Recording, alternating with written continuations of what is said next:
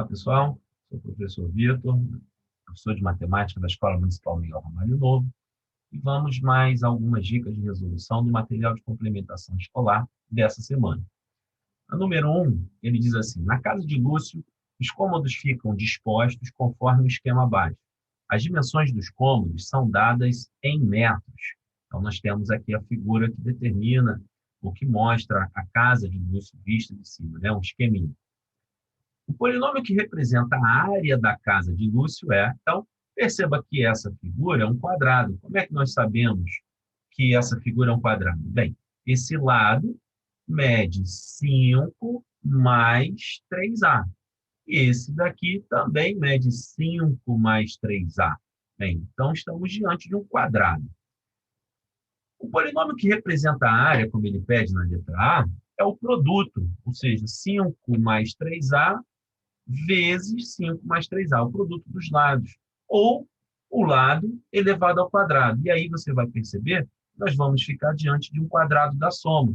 Então, na letra A, basta a gente desenvolver 5 mais 3A, tudo isso elevado ao quadrado. A formulazinha do quadrado da soma, para você recapitular, está aqui.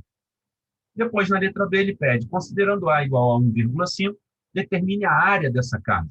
Então, você vai no desenvolvimento que você encontrou na letra A, no lugar do Azinho, essa incógnita, substituir por 1,5 e achar o resultado. A número 2, ele diz, analise os números que estão no retângulo e selecione o valor correto para n, sabendo que a expressão 16x ao quadrado menos 64x mais n é um trinômio quadrado perfeito. Bem, se essa expressão é um trinômio quadrado perfeito, quer dizer que a fatoração desse trinômio é um quadrado da soma ou da diferença. Qual dos dois? Basta olhar para o sinal aqui do termo central. O termo central tem o sinal de menos, então esse trinômio, a fatoração dele vai ser um quadrado da diferença. E quem são esses dois termos aqui representados por A e B?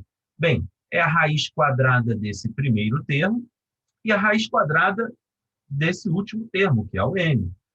Então, vamos descobrir quem é esse m da seguinte maneira. Você vai extrair a raiz quadrada do primeiro termo, essa não é difícil. Raiz quadrada de 16 é 4 e raiz quadrada de x ao quadrado é o próprio x. Então, esse primeiro termo aqui, esse primeiro monômio, tem como raiz quadrada a expressão 4x. Agora você vai pensar, bem, vai anotando aí para facilitar.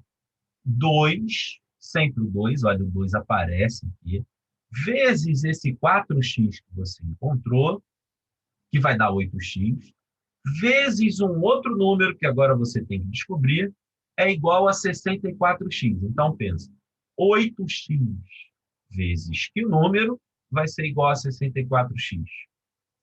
Bem, esse resultado que você encontrou aí, pensando um pouquinho, não é difícil, é o resultado da raiz quadrada de m.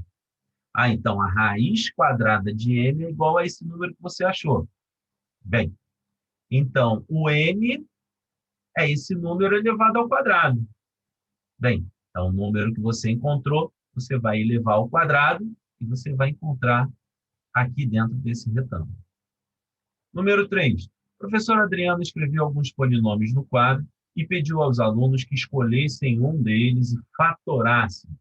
Observe as respostas de 4 alunos. Juliano, m-2 vezes m mais 2, e assim vai, da Cátia, do Leonardo, do Rodrigo. E aqui tem um quadro com os polinômios que os alunos devem fatorar. Qual polinômio cada um desses 4 alunos escolheu? Então, vamos lá. Bem, perceba uma coisa. Aqui o da Juliana, se você desenvolver esse produto notável, esse é o produto da soma pela diferença, ou da diferença pela soma. Faz. O resultado dele é um binômio. Então, é fácil você olhar aqui e ver aonde você tem um binômio, ou seja, um polinômio com 2 monômios, 2 termos. Agora, quem é a variável? É m. Então, aqui você vai ter que encontrar quem é o binômio que tem variável m. Não é difícil. Vamos para o Rodrigo. O Rodrigo também tem um produto da soma pela diferença. Bem, o produto da soma pela diferença, a gente já sabe, ó, aqui, o resultado é o quadrado do primeiro termo menos o quadrado do segundo termo. É um binômio também. Então, você vai procurar aqui no quadro, aonde tem um outro binômio, agora com x e com y. Essa vai ser a resposta. E depois o Leonardo e a Kátia, cada um tem, ó, o Leonardo é um quadrado da diferença, então o resultado é um trinômio, três monômios, três termos, e tem que ter m, né? A variável é m. Então você vai procurar aqui, onde é que tem um trinômio, onde a variável é m. E no da Kátia tem que ter um trinômio também, só que agora é um quadrado da soma, ia falar diferença, mas é soma, e tem que ter x e y. Então, um trinômio que tem o x e y. Essa não é difícil. Vamos à quarta questão. Fatórios os polinômios a seguir, colocando o fator comum em evidência. Então, vamos relembrar isso daí, né? Ó, na letra A, quem é o fator comum entre esses três termos? Bem, primeiro a gente verifica, entre os números existe fator comum? 3, 2 e menos 1? Não tem. Entre as letras, A aparece nas três? Não. Nem o B, nem o C. Opa, mas o x aparece. Na verdade, quem aparece é o x ao quadrado. Então, o x ao quadrado, ele vai ser o fator comum, tá? Note que, ó, vamos ver o exemplo aqui, né? Aqui você tem um outro exemplo em que o a ao quadrado é muito parecido esse com a letra A, é o fator comum. Então, ó, note que a letra a ao quadrado aparece nos três termos. Por isso, dizemos que a ao quadrado é o fator comum desse polinômio. Então, de maneira muito parecida, nós fizemos aqui na letra A. Colocamos esse fator comum em evidência para fatorar o polinômio. Tá bom?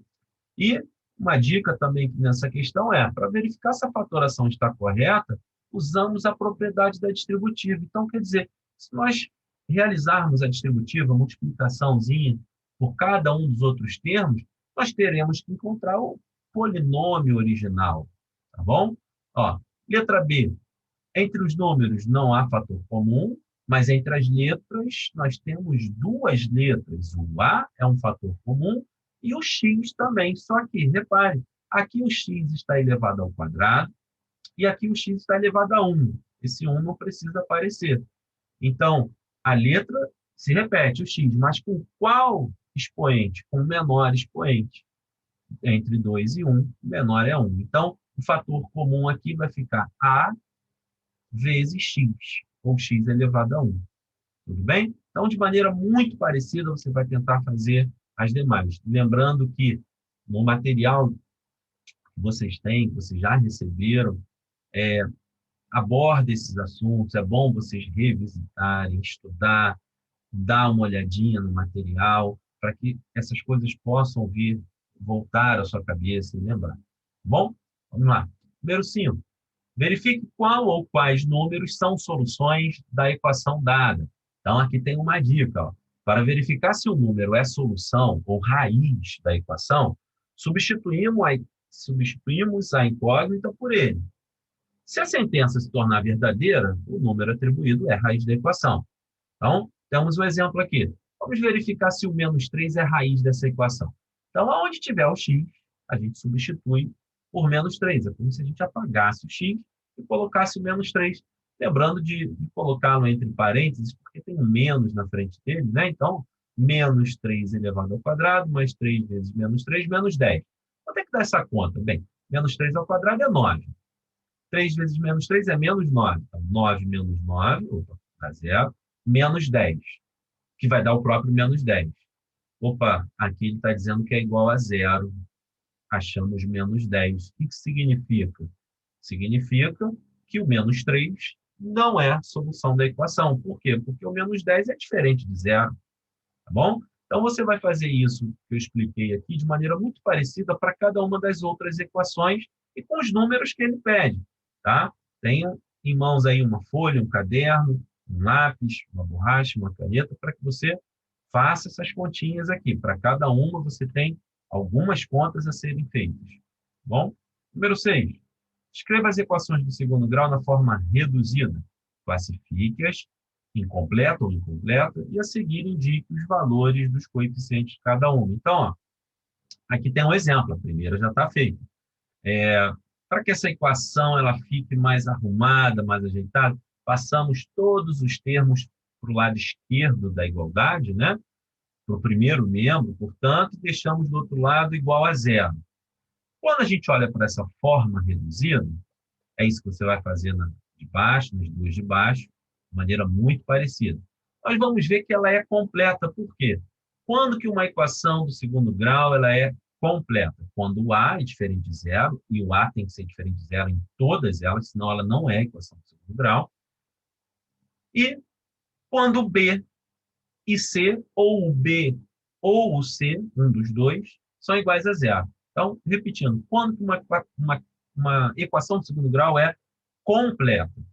Quando os seus coeficientes são todos eles diferentes de zero. Lembrando que o A sempre deve ser diferente de zero. Tá bom? Então, aqui, ó, o A vale 2. Lembrando que o A é o coeficiente, é o número que acompanha o x ao quadrado. O B é o coeficiente, é o número que acompanha o x. E o C é o termo independente de x, é aquele que não tem x nem junto dele. Tá bom? Agora, se um desses for igual a zero, se o B for igual a zero, ou o C for igual a zero, ou ainda os dois forem iguais a zero, lembrando que estaremos diante de uma equação incompleta. Tá bom? Então, espero ter ajudado. Esse foi o material dessa semana. Espero que você esteja estudando, esteja conseguindo estudar e, mais ainda, esteja bem, tanto você quanto sua família. Em breve retornaremos. Fique com Deus e um forte abraço.